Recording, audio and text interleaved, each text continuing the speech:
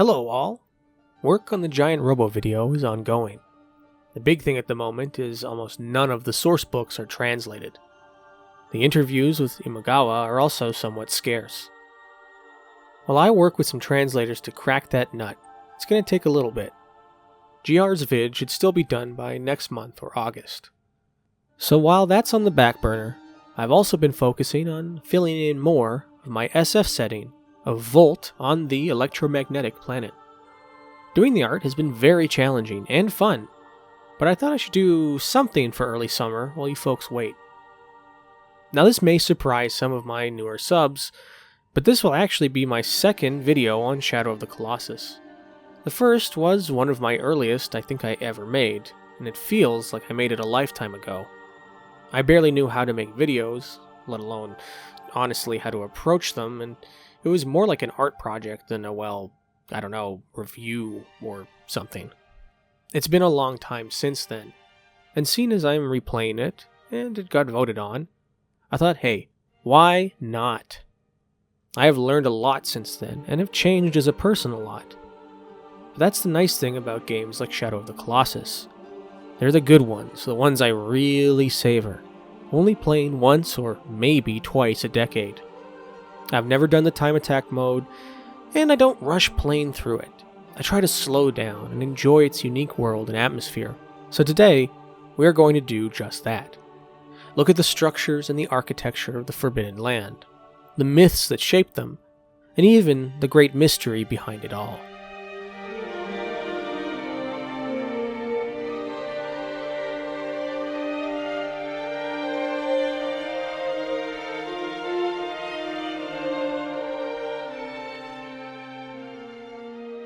Before looking at one thing in particular, I think I want to stop and just compliment the broad sweeping style of what Shadow of the Colossus does so well. Fumito Ueda, judging by his art at least, is someone I think a lot like me. Someone who loves vast architecture and vast spaces, who loves castles and ruins and wastes, windmills, walls, bridges, and aqueducts. Honestly, as dashing and as cool as heroes are, and as pretty as fair maidens, or as fantastical and dangerous as dragons can be, I'm more than happy with just a really solid, huge, old fortress. Hell, I've built a few places myself. But really, what I really like about all that in Shadow of the Colossus is how well craftedly non-specific it all is. Now this may seem like something of a weird compliment, but really, something has often rubbed me the wrong way about architecture in video games, especially fantasy video games. And that's, it's the gaminess of it all. Now I grew up on a high bar, or rather a deep bar, a ravine of a bar, maybe a riven of quality, one might say. Because of that, from a very young age, I really liked learning what I could from just the places that a piece of art presents. What decisions it makes and how it says what it does with, who built it, when and how. Who are they? What is their material culture? What do they celebrate? What is the purpose of their spaces? That kind of, anthropological goodness. Architecture is, after all, the largest art form we humans can, until we make megastructures like Dyson spheres, make. This then leads me to my particular gripe.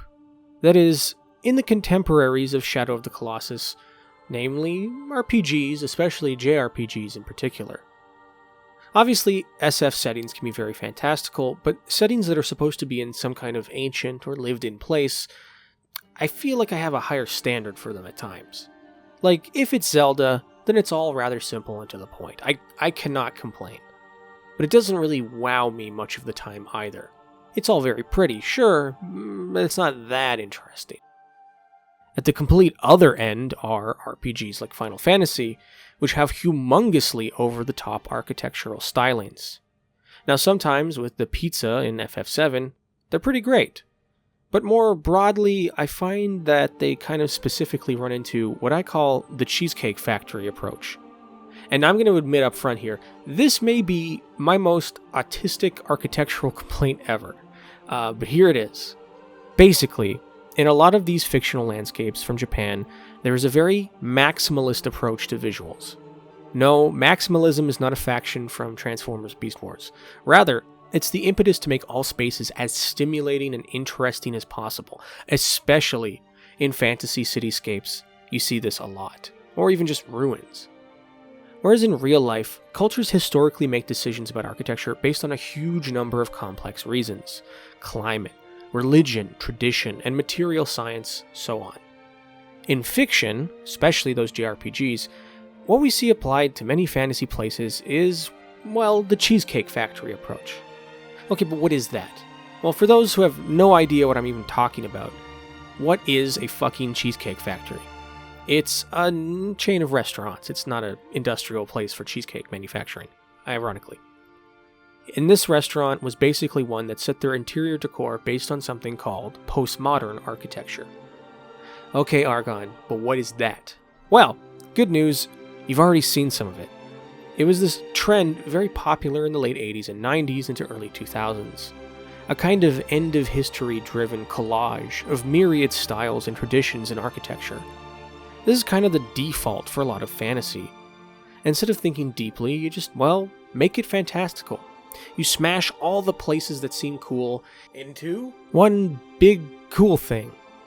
Okay, but Argon, are you really saying you dislike fantasy architecture for being too fantastical?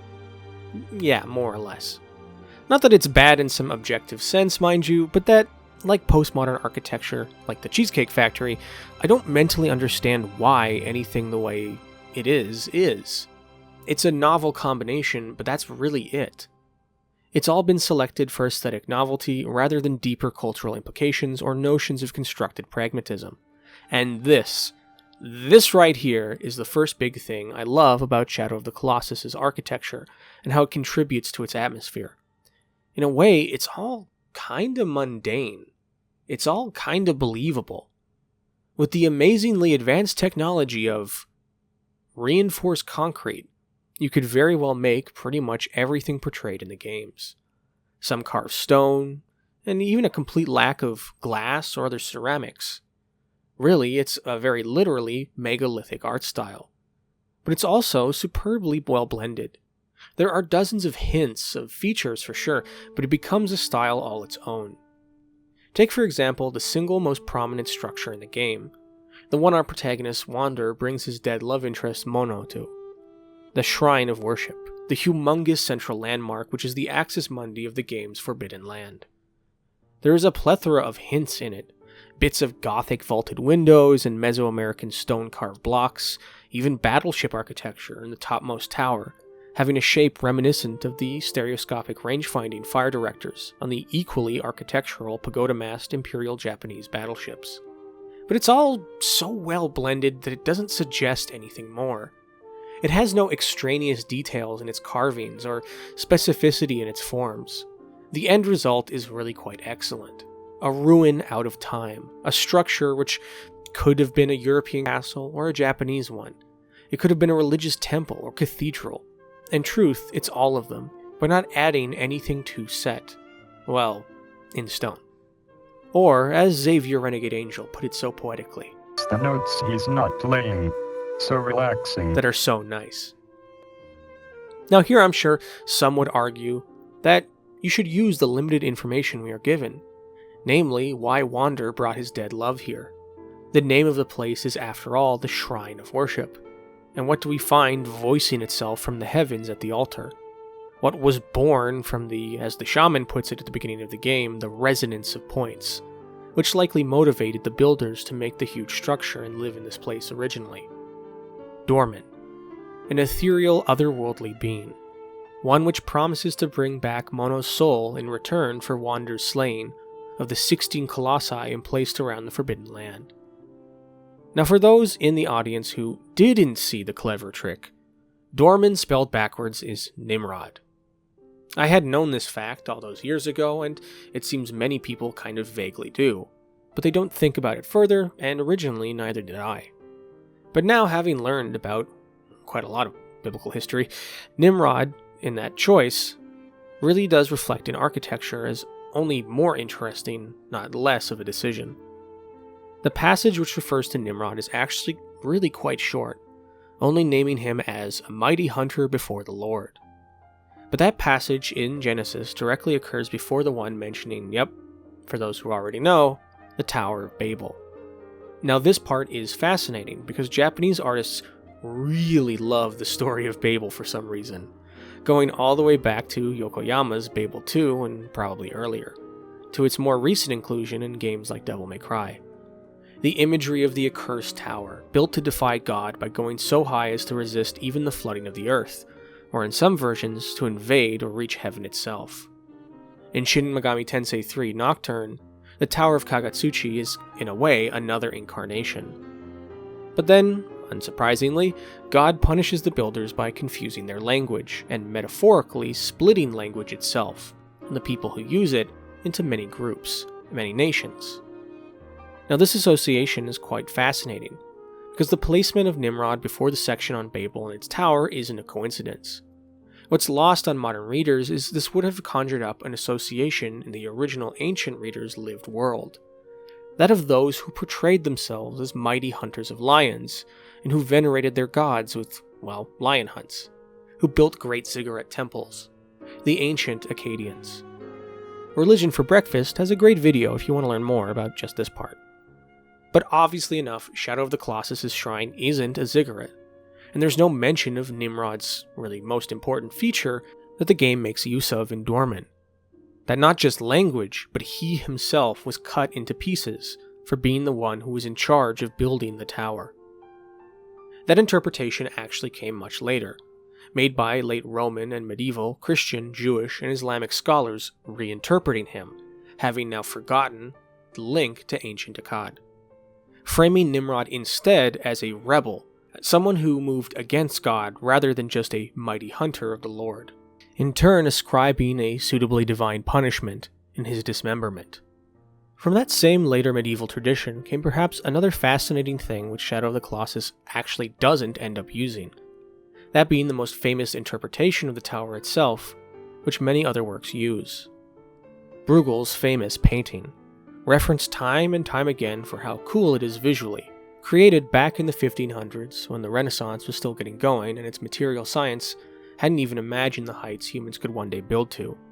It's also the one most Japanese works in turn reference and which makes up, I think, now the defining image of that structure. Only, Shadow of the Colossus doesn't use it. As iconic as it is, its eccentric, even tiered wedding cake essence is only notionally alive in this interpretation. The shrine of worship has instead been taken, and like Nimrod's transformation into Dormin, and the picking out of him being cut into pieces, itself transformed and worn down to the general shapes and structure. The hints of the details are still there, but none so complete as in their original forms. Put all together, while utterly minimalist in actual lore, the implications are all there for you to connect the dots. The land was an intersection of points, of great ley lines of, spiritual energy, or something. These points let Dormin emerge into the living world. A massive shrine was constructed to worship Dormin's power, one who could bring back the dead and had mastery of life and death. But the creators recognized at some point this was probably not good. The same altar Wander places Mono onto doesn't exactly give off a good vibe either, nor do the dark figures which emerge when Wander first arrives, or slays a colossi for that matter. The shadow figures who, for those who have played Eco, the previous game, know to be the lingering essences of some kind of dark kami, or dark spirit of the dead. So, at some point the creators of the Forbidden Land did the Nimrod thing, turning on their once icon of worship. But after all, how can you kill an entity who has a mastery of death? You imprison it in life. Thus the shrine was converted instead into a prison. Dormin's essence was cut into 16 parts and sealed within the opposing force of its shadow, light. After we destroy a Colossus, the overwhelming lingering light energy spills into the sky as a pillar.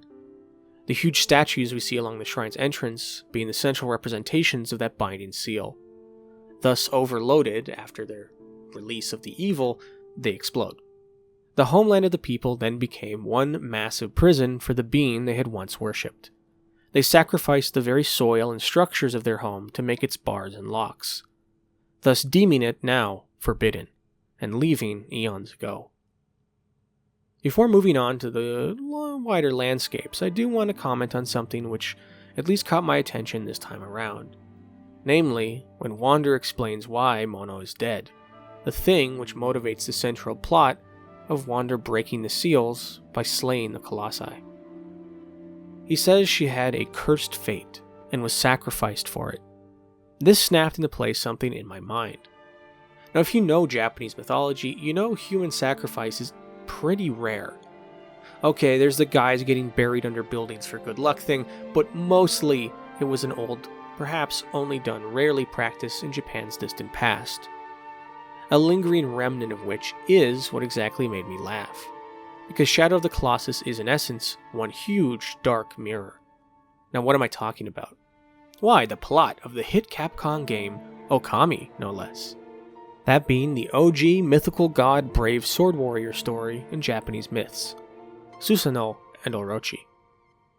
In the Kojiki, the oldest Japanese mythological book written sometime around 712 AD, the storm and warrior god Susanoo, having been banished from heaven, descends to earth.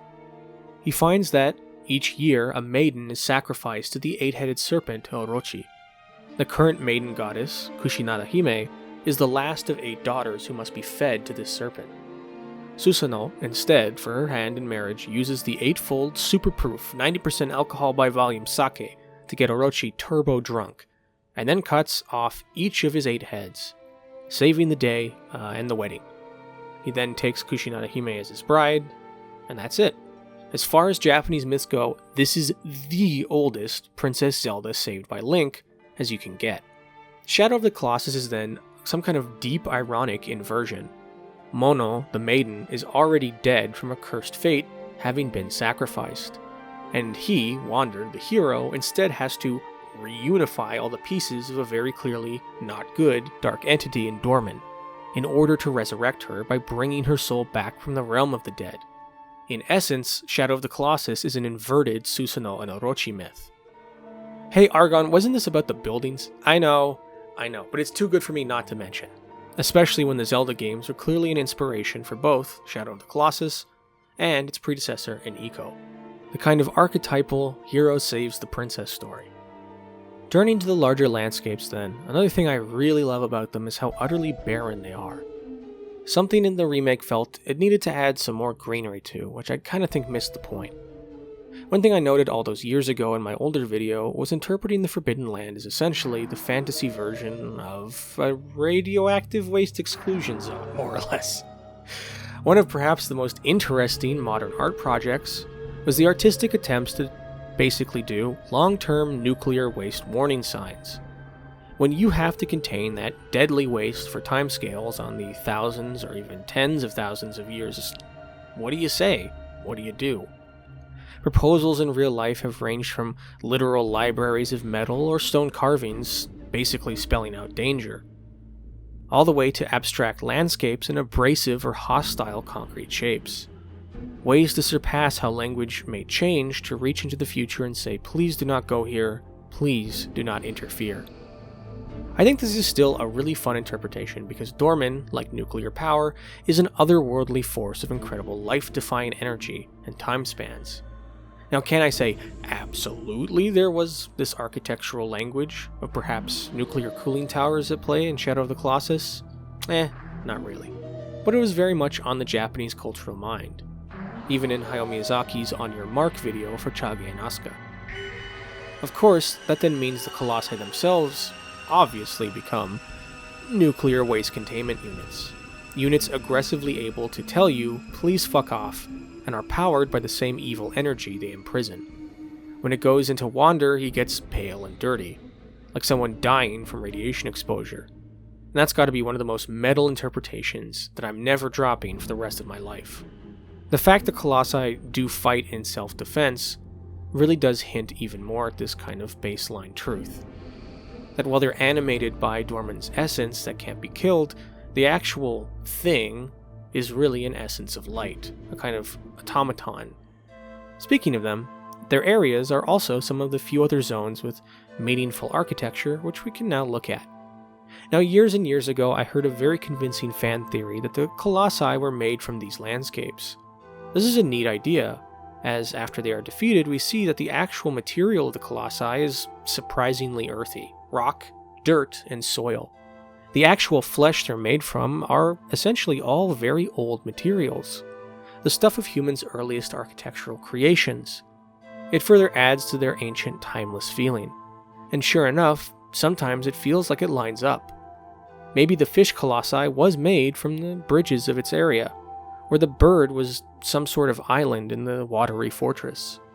Perhaps the relatively small Colossi 11 was originally a komainu, or lion dog statue, the fierce-looking guardian spirits carved in stone from Eastern mythology, set to mark the entrance to the holiest inner temple sanctums. But other times, obviously enough, it's a video game, and they are bosses you fight. Like the sandworm fish, it's gonna be in a sand place, maybe a sand cave, why not? And the mammoth is just in, well, a cave in a deep canyon. We also know from the years of data mining, some of them were even moved around, so there's a strong, is there even an architectural argument link there at all? Sometimes you do just fight an epic, gigantic titan on a huge dinner table arena in the sky. Well, having played it this time around, I think there are a few I at least noticed. So let's do some talking about some of them, why not? First, an early Colossus was named Kirin in development. Dormin also mentioned graves in its tip it gives you before the fight. In Chinese and Eastern mythology, the Qilin was a mythical horse or deer-like creature, who would appear as a spirit when a great leader or person was about to die. Kirin, which is also where the beer gets its thing from, is essentially just the Japanese version of that. It's fitting then that it's associated with death and that made it into the game. Now to Westerners, this may seem odd, as there are no familiar tombstones here. But in order to defeat this colossi, you need to hide in an underground series of tunnels. These tunnels are likely inspired by tumuli or earthen mound tombs, which were likewise often just simple hallways carved in rock or set with rocks into the center of an earthen mound. This one has been somewhat funnily split and rotated to facilitate the boss fight, but it's still a pretty fitting link. I think in truth, much of the Forbidden Lands have a haunting and tomb-like atmosphere to them. The 8 is situated within a strange bowl or pit-like location. Its strange openings and general shapes suggest a kind of excavated temple, maybe. 11, one of the two smaller, guards an area which itself feels like another such excavated or carved series of tombs or temple. 14 also has its overgrown green ruins, which have so many hints of perhaps houses or a small city center or village. Interestingly, Colossi 1, 6, and 15 were all named Minotaur during development, mostly for visual looks of a hooved and or horned giant, no doubt. However, rather ironically, all are way too big to work as a maze pursuer enemy. The closest we get is 6, which has Wander jump over these barriers and lure it towards the floor, where Wander can come to grips with its awesome beard. Interestingly, the name of this area for the developers was a reference to an Italian castle, not surprising considering Ueda's architectural leanings. The 15th arena is a large column-straddled arena. It could be a shrine, or possibly even a fortress or stone-cut living area. It was named Parthenon in the dev files, but in close inspection, like the shrine, it doesn't portray any particular detail, evoking the stone city of Petra as much as anything Greek or Roman. One of my favorite, the 13th, has a mysterious open desert. Filling it are gigantic rings. Now here, they're obviously a callback to the association of Eco's solar reflectors. But for years, fans also puzzled what they were or if they had some secret. Now here, I can say I have made an astounding breakthrough. Using my knowledge of architecture, I assigned an alphanumeric code to each ring from north to south. Then by writing through them, I input a series of sequences, trying many out. The one that eventually worked was the 10th of July, 1888. Of course, the birthday of Giuseppe Maria Alberto Giorgio de Chirico, who Fumito Ueda adores as an artist and inspiration.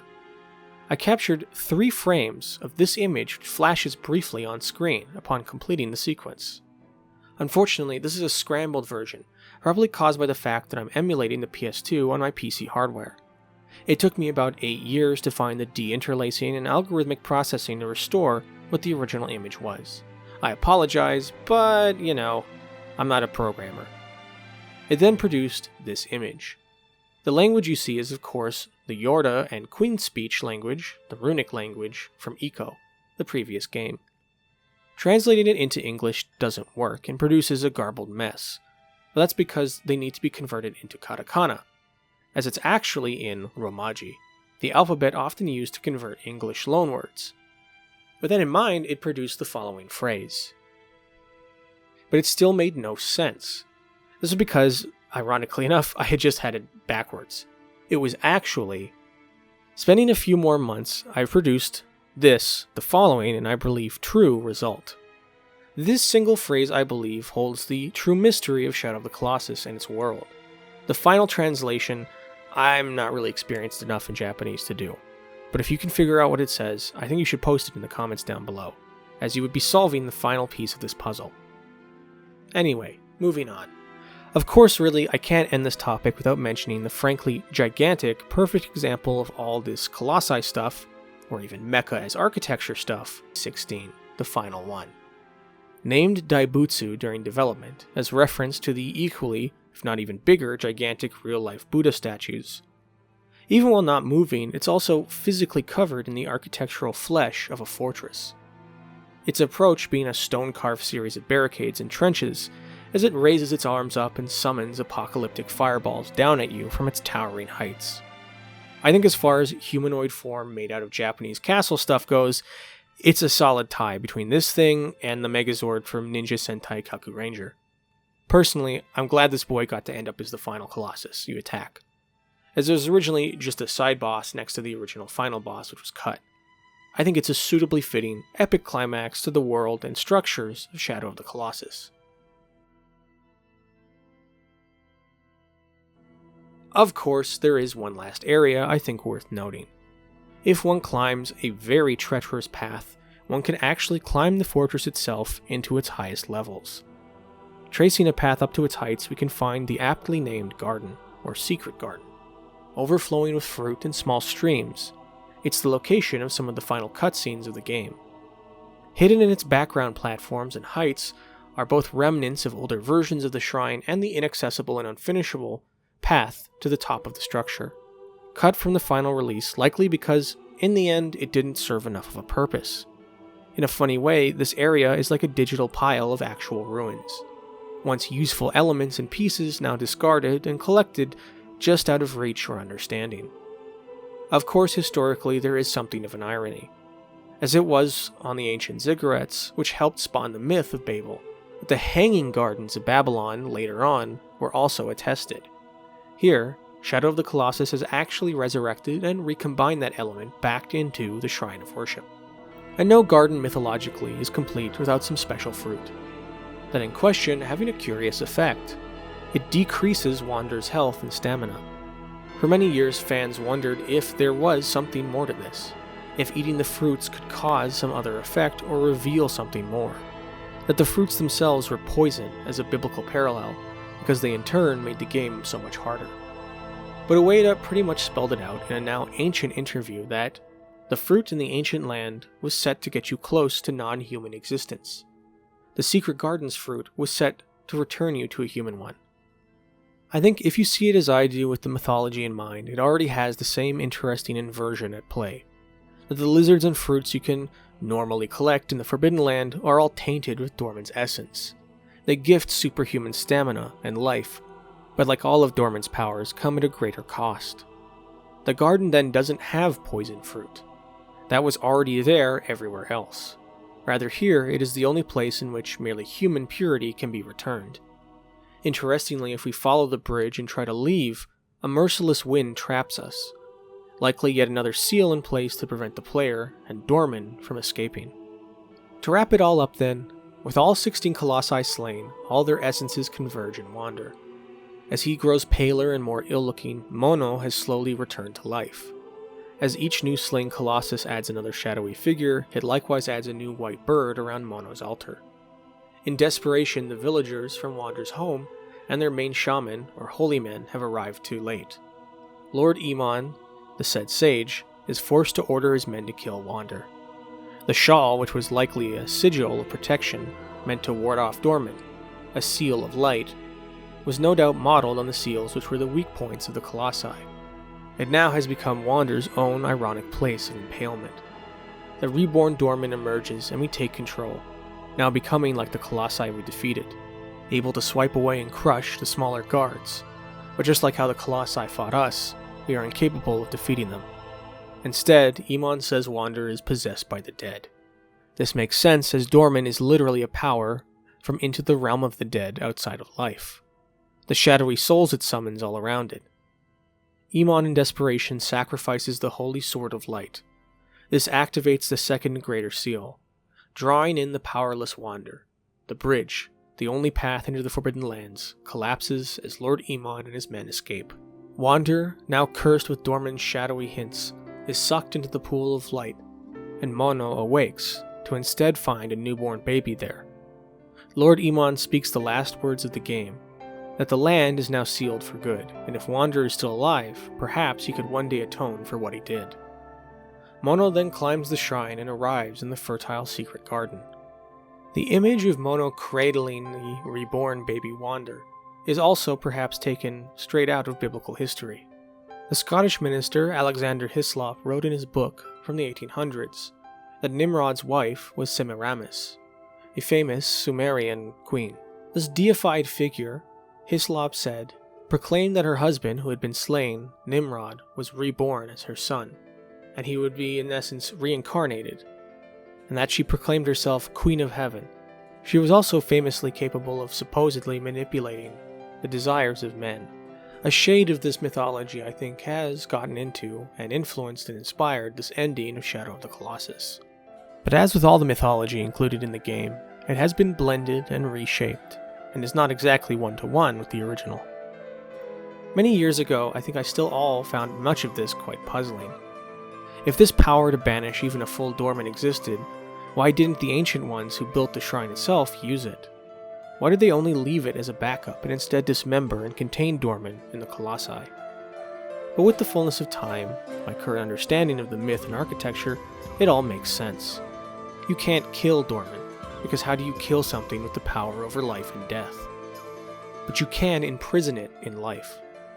So the ancients' first method was done by sealing it into the earth, stone, buildings, and architecture of their homeland.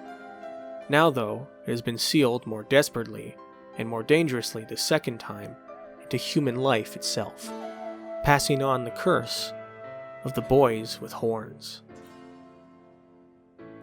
I hope you enjoyed this little side exploration. I know I did. As before, look forward to Giant Robo's video. If you like what I make, consider supporting me on Patreon. Something, hit the subscribe button. Also, have a good summer.